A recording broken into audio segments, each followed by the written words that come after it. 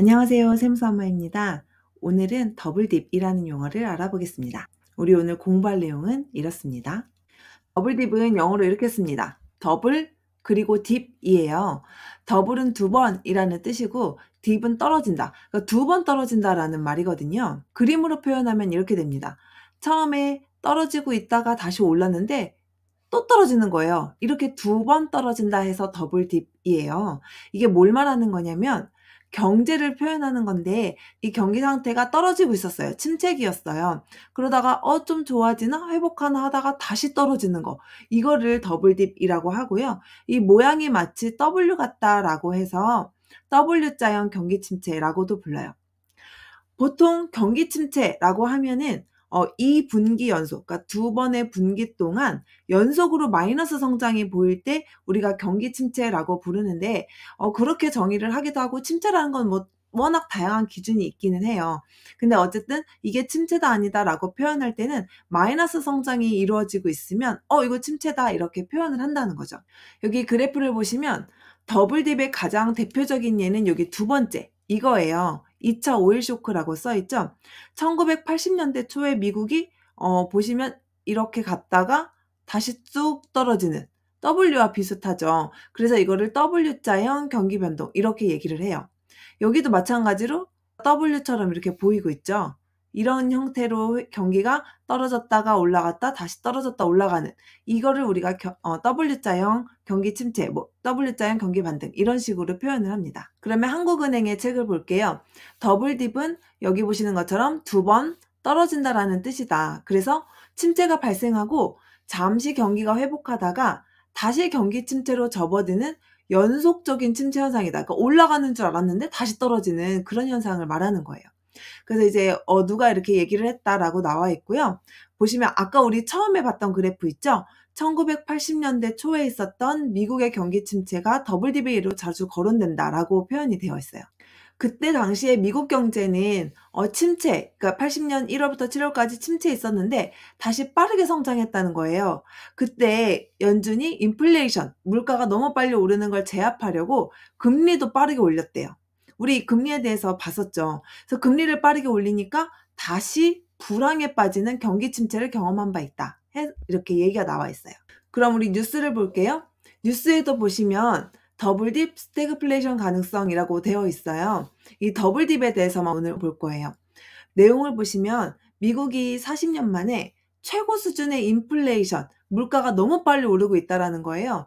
그래서 공격적으로 금리를 올리고 있었어요. 그러니까 이 CRS라고 미국 의회 조사국이라는 곳이 있는데 여기서 연구 결과를 발표한 거예요. 경착륙 우려에 대한 경고음을 냈다라고 하고 있죠. 그래서 6분기 연속 이어진 플러스 성장을 끝내고 마이너스 성장을 기록했다라면서 지금 더블딥이 오는 거 아니냐라고 경고를 하고 있다는 거예요. 여기 보시면 줄침부분만 볼게요. 경착륙이 발생할 경우에는 더블딥 경기 후퇴가 된다고 밝혔다. 더블딥은 경기 후퇴 후에 회복기에 접어들다가 다시 경기가 후퇴하는 현상을 말한다. 이렇게 얘기 나오고 있죠. 아까 우리 한국은행 교재를 봤었잖아요. 방금 그 경착륙에 대한 이야기가 뭐냐면 연준이 인플레이션을 제압하기 위해서 금리를 빠르게 올렸다. 뭔가 빠른 정책, 급한 정책을 썼다는 거죠.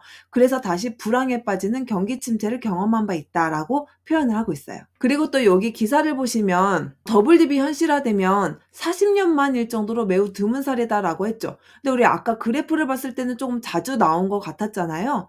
여기서 말하는 40년이라는 거는 미국에서 공식적으로 더블딥이다라고 할 정도의 그 경기 변동을 의미하는 거라고 합니다. 그런데 이 경기 변동, 경기 회복을 이야기할 때 W만 있는 게 아니에요. 이제 각종 알파벳들이 동원이 됩니다.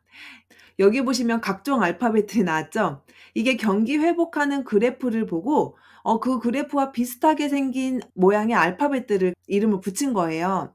그래서 V, U, 그리고 스우시 이게 나이키 로고 모양을 말합니다. 그리고 Z, W, L 이렇게 나와 있어요.